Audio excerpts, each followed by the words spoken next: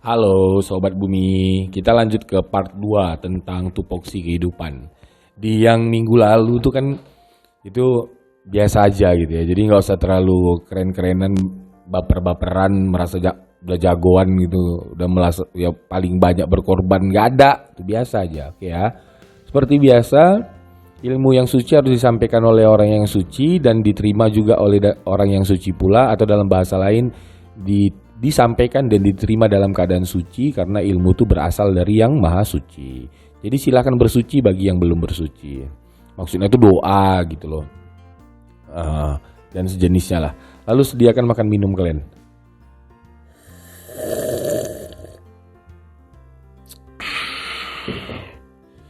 Dia minum tuh ya, dia memang harus ada gitu di akhirnya gitu. Entah kenapa efek daripada kita bilang gitu tuh di akhir tuh memberikan sensasi yang berbeda gitu. Jadi ternyata aku ngerasa ada nih, ini sebelum kita cerita lebih jauh tentang part 2 tupoksi kehidupan. Jadi bukan apa yang kita minum, tapi bagaimana cara kita meminumnya itu juga memberikan sensasi yang luar biasa. Kalian dengar lah seruputan sama ini. Kurasa pasti pengen minum lah, kalian dengar ya.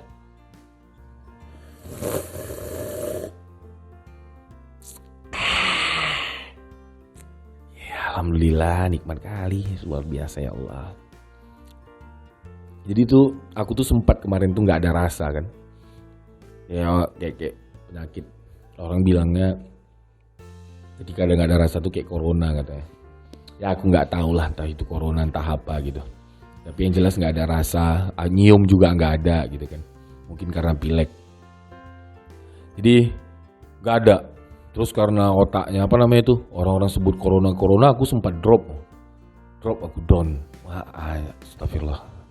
Yes, kemarin tuh nggak astagfirullah sih, aku bilang anjing nih gitu. Down juga gitu. Habis itu coba ganti cara berpikir. Oh bukan, ini bukan corona, ini hanya panas dalam, ini hanya flu dan seterusnya gitu gitulah. Nah singkat cerita bukan itu sih sebenarnya poin yang pentingnya. Nah singkat cerita tuh jadinya aku ya berjemur, ya minum vitamin, olahraga, ngangkat barbel gitu-gitu kan, untuk meningkatkan imun, nonton lawa gitu. Banyaklah terapi-terapi yang kulakukan gitu. Tapi memang nggak ada minum obat sih. Jadi banyak yang herbalan. Aku konsumsi madu gitu. Ya jemur, olahraga, barbel gitu. Pagi ku paksakan bangun terus tertawa gitu-gitu kan, senyum-senyum di cermin dan seterusnya. Itu nanti kita bahas dalam kesempatan yang lain lah. Menyemangati hidup, nanti kita buat judul lah. Bakar dulu ya.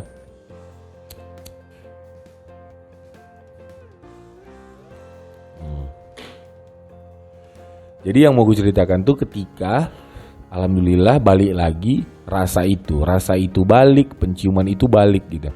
Jadi waktu udah waktu aroma tuh sudah tercium tuh rasanya yang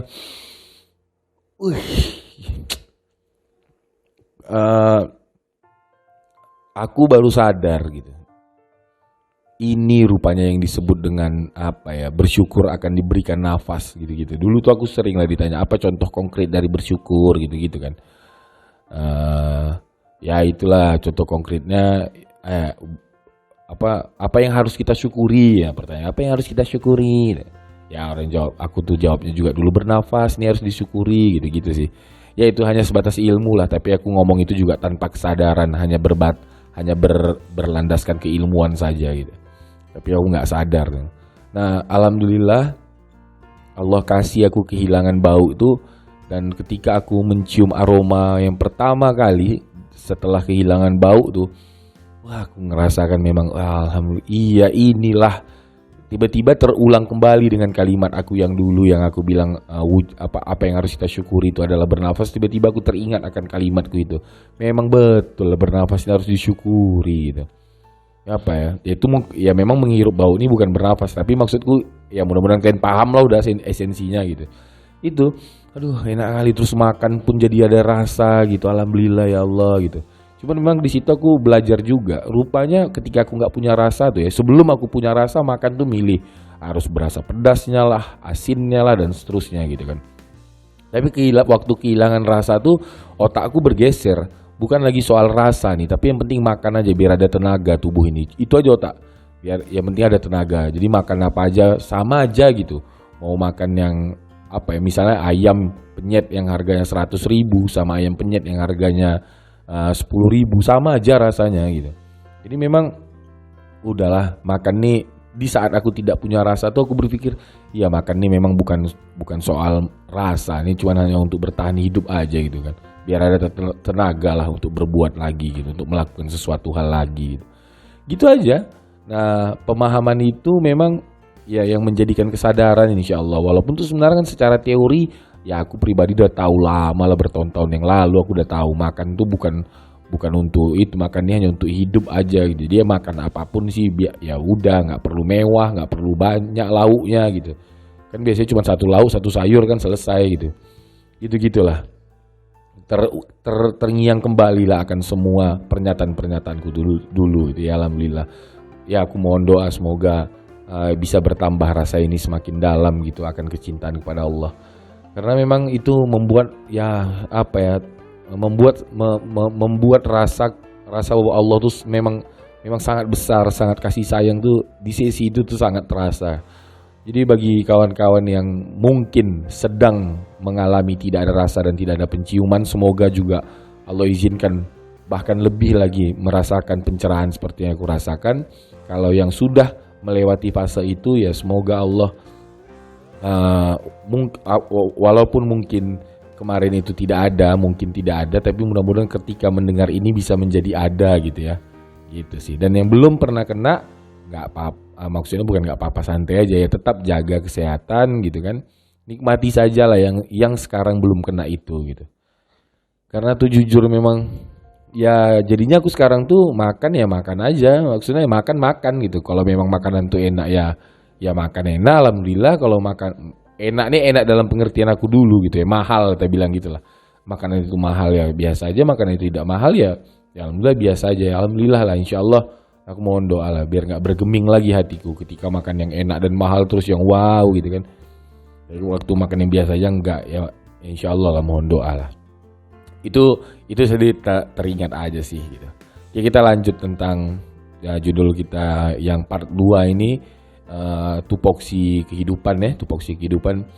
Ini mau cerita yang lebih luas lagi. Kemarin tuh kan kita cerita dari sisi kerjaan. Kalau ini aku mau cerita dari sisi manusianya gitu. Jadi manusia ini juga dalam hidup ini juga punya tupoksinya gitu. Tupoksi kita itu yang sering kalau umat Islam yang sering dibacanya juga tuh, terutama ketika sholat. Inna sholati wa nusuki wa mahyaya wa mamati lillah. Jadi hidup mati itu hanya untuk Allah kan. Itu kan macam itu oke lah, itu kesaksian kita gitu. Kalau tupoksi ini kan biasanya juga yang datangnya bukan dari kita gitu. Walaupun sebenarnya kalimat itu kan kalimat Allah, tapi itu kalimatnya Allah yang punya hak pakainya itu manusia gitu. Jadinya model kalimatnya menurutku pengakuan manusianya gitu. Jadi macamnya ya datangnya dari manusia itu sendiri kan. Makanya jadi kayak janjinya manusia bahwa hidup dan mati hanya untuk Allah. Kan itu kan kalimat kita kepada Allah gitu.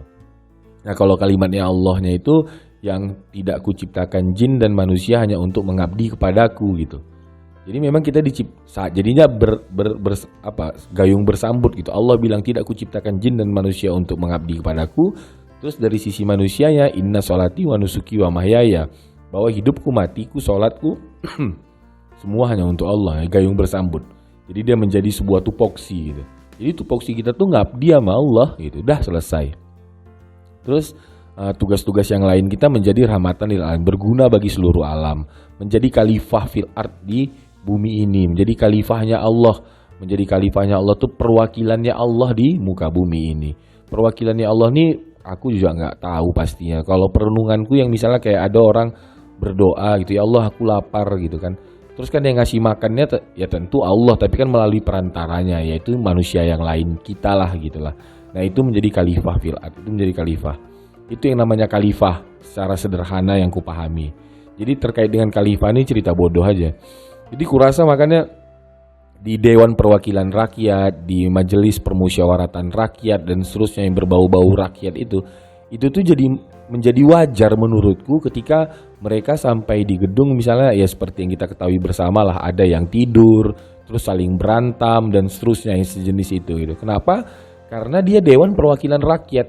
Entah kenapa rakyat ini cara berpikirnya begitu. Cara berpikirnya kan kalau rakyat tuh yang menuntut, mengeluh gitu. Ini aku bukan mau menghina rakyat atau menjelekkan, enggak. Ini memang maksudnya kayak mayoritasnya begitu. Aku pindahkan dulu ke contoh yang lain. Cara berpikirnya pengusaha, cara berpikirnya pegawai, cara berpikirnya investor, walaupun tidak semua. Tapi mayoritas itu gini, yang namanya pegawai itu kan cara berpikirnya kerja sedikit uang banyak gitu.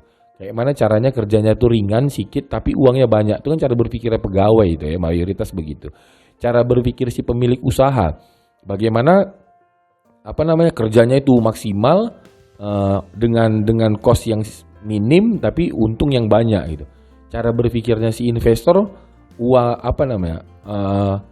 balikkan uangku, kasih aku cuan. Kan maksudnya sederhana kan kayak gitu. Nah, jadi rakyat itu memang tempatnya untuk dia minta diamankan, minta diselamatkan, yang model-modelnya gitu.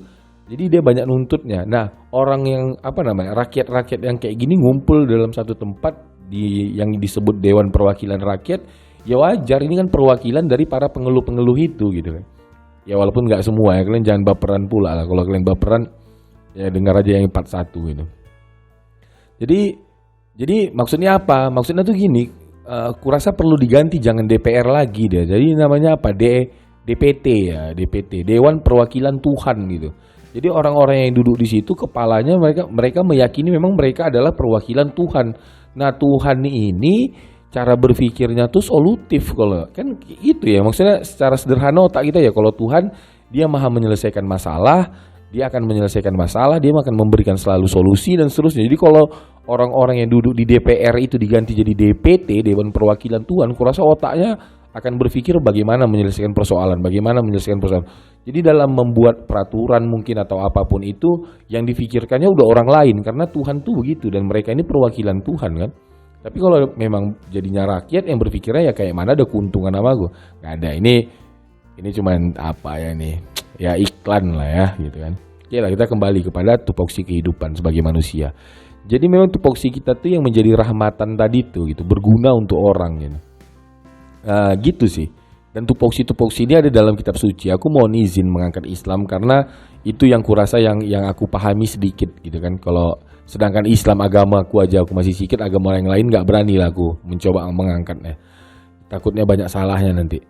Jadi misalnya gini tuh, tupoksi kita tuh Tuhan bilang dalam ayat tuh kan, ketika ada orang zalim atau orang bodoh menyapamu dengan gelar-gelar yang buruk, maka ucapkan salam, kan gitu tuh. Terus tupoksi yang lainnya, berjalanlah kau di muka bumi ini dengan menundukkan kepala, berjalanlah kau dengan rendah hati, jangan suaramu lebih besar daripada keledai, kan yang gitu-gitu tuh kan ayat-ayatnya gitu. Itu menurutku tuh tupoksi itu job-jobnya. Jadi kita tuh disuruh begitu gitu. Nah, dalam perjalanannya kita di dunia ngapain? Aku membayangkan dari judul itu, karena tugas kita menjadi rahmatan lil alamin, ya udah bergunalah bagi orang gitu. Ya berguna nih kerja, buka usaha, ini adalah wujud aplikasi dari menjadi rahmatan lil alamin. Jadi bukan mau cari uang, tapi adalah jadi kepalanya kurasa harus kita geser.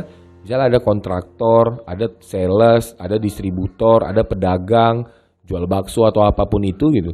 Berpikirnya bukan mau cari duit, tapi ini adalah wujud daripada menjadi rahmatan lil alamin itu gitu. Karena semua pekerjaan itu sebenarnya esensinya memudahkan orang kok gitu. Yang jual kopi kan itu memudahkan orang yang pengen kopi, kan gitu ya. Dan itu rahmatan lil alamin gitu. Jadi bukan soal duit. Tiba-tiba ketika kita tuh berguna untuk orang merasakan yang kegunaan kita, ya udah dia duit tuh datang, karena dia akan bayar. Jadi kalau orang beli kopi kan dia bayar gitu. Kalau dia nggak bayar dia nyuri artinya gitu. Nah, jadi maksudku kepala kita mari fokus yang di rahmatan di tupoksinya kita itu gitu.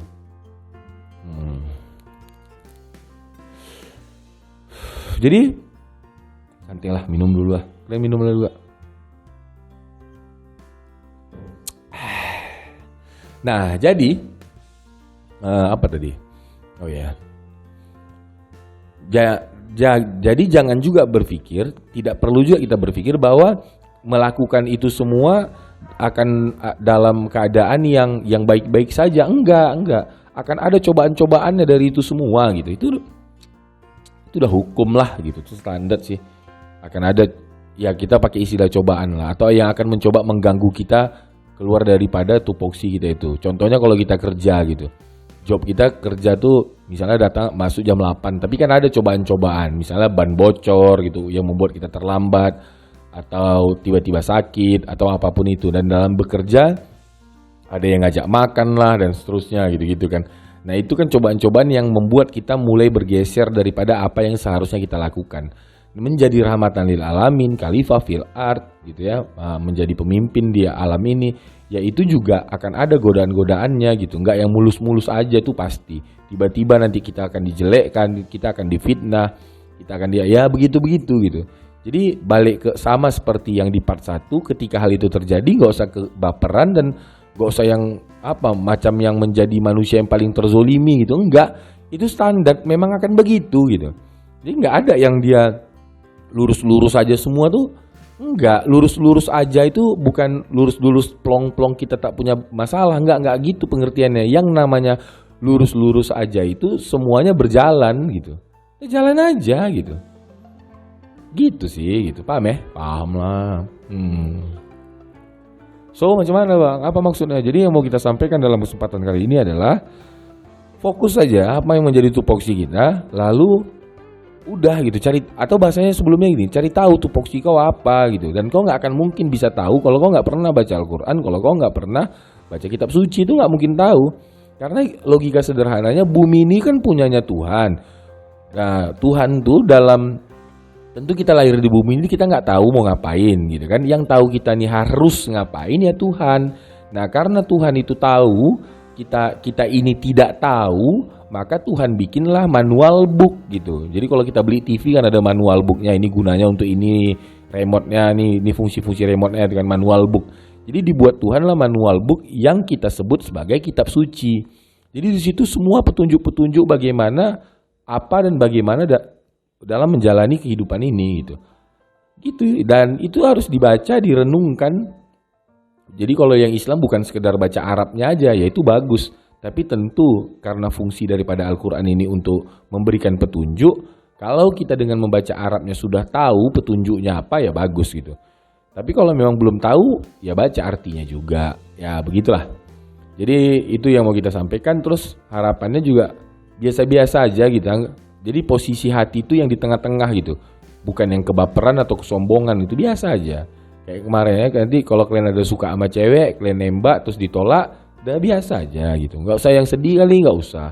Atau kalian pacaran lama habis itu nggak jadi kawin, putus gitu kan, karena satu dan lain hal, udah biasa aja gitu. Memang perjalanannya tuh begitu. Maksudnya ya dalam menuju menjadi rahmatan, proses rahmatan lil alamin tuh begitu, nggak mudah, nggak mulus-mulus aja gitu. Atau ada, iya kan aku nih juga mau jadi rahmatan lil alamin nih untuk bersatu, menjalankan ibadah. Iyalah, tapi macam-macam lah itu. Kalaupun kau memang tujuanmu untuk menjadi rahmatan lil alamin, bersatu, menikah, ketika tidak menikah, coba dulu gitu. Kira-kira kau menghadapinya seperti seyogyanya orang yang rahmatan lil alamin atau tidak gitu. Kalau kau nangis-nangis kayak gini, apakah ini dinamakan rahmatan lil alamin gitu. Sedang. Jadi kan logikanya belum lagi kau nikah aja kau udah nggak rahmatan lil alamin, apalagi sudah menikah gitu. Ya nanti kalau udah menikah aku berubah. Nggak ada standar rumusnya ala bisa karena biasa, udah gitu aja gitu. Jadi kalau sebelum kau nikah ini kau bisa meresponnya dengan rahmatan lil alamin, maka ya udah, kalau udah nikah udah pasti itu gitu. Jadi Tuhan tuh kurasa juga membuat kejadian itu semua hanya karena kasih sayangnya kok. Dia mau memastikan kita syarat untuk masuk ke surganya tuh yang mutmainnah irji'i ila rabbiki radiyatan mardiyah, yang gitu. Pada kuli fi ibadi wa dakul jannat, gitu-gitulah kalau enggak salah aku ayatnya. Hai jiwa-jiwa yang tenang, masuklah kau ke dalam surgaku dalam keadaan ridho dan diridhoi. Masuklah kau ke dalam surgaku jiwa-jiwa yang tenang. Nah, jiwa yang tenang nih yang kayak mana? Yang tadi tuh kalau diputusi pacarnya atau enggak batal nikah, tenang dia. Dapat duit dia banyak gitu. Dapat warisan dia mungkin yang banyak. So, ya itulah, dapat rezekinya bagus-bagus saja, dia biasa, dia tenang aja. Itu kurasa yang mutmainnah, yang tenang gitu. Jadi kayak samudra gitu ya. Bukan kayak sungai. Kalau yang nggak tenang tuh kayak air sungai. Dimasukkan satu bangkai kambing aja udah bau kan air sungai gitu. Tapi kan kalau samudra tuh 20 ton gajah pun, bangkai gajah pun dimasukkan dia nggak bergeming gitu. Tetap di santai, nggak ada baunya. Yang gitulah. Dipuji nggak tinggi, dihina nggak rendah gitu. Ya namanya juga manusia sih, nggak mungkin lah nggak ada rasa gitu. Oke, itu betul juga. Paling tidak tuh kita kasih tempo, boleh 3 hari. Kalau senang kau misalnya nembak cewek itu mau kau bahagia kali 3 hari paling lama. Habis itu balik kau normal. Kalau kau diputusi juga terus kau sedih ya nggak apa-apa. 3 hari habis itu balik normal. Karena kalau lebih 3 hari kurasa nanti ujung-ujungnya kita akan masuk ke ranah kesombongan nanti dia. Jadi bangganya ketinggian, jadi hilang Allahnya di situ terus masuk ke ranah kesombongan. Kalau sedih yang larut lebih daripada 3 hari juga nanti akan masuk ke ranah keputusasaan, kekufuran, kefakiran gitu. Jadi udah balik lah. Jadi posisinya tenang aja, mutmainnah aja. Goal kita tuh kan yang mau jadi jiwa ya. Jiwa nih mungkin dalam bahasa yang lain ruh gitu. Karena ruh yang akan kembali kepada Allah. Ruh yang tenang, keadaan yang tenang gitu. Dan itu bisa dilihat, bagaimana ruh bisa dilihat dari fisiknya sekarang gitu. Kalau fisiknya aja samburetan ya ruhnya mungkin samburetan juga mungkin gitu. Oke guys, itu sih obrolan kita di fase tahap 2 ya, terkait dengan apa tadi? Tupoksi kehidupan. Judulnya ini tupoksi kehidupan menjadi hamba gitu. Ngono ya, sampai jumpa dalam kesempatan yang lain. Semoga Allah memberkati kita, selamat-selamat di jalan, Allah meridhoi segala urusan sahabat, saudara semuanya. Salam bahagia, salam Indonesia. Mungkin nih udah lewat 17 Agustus atau pas 17 Agustus ya. Kita tengok lah. Alhamdulillah, sampaikan salam untuk keluarga. Love you all.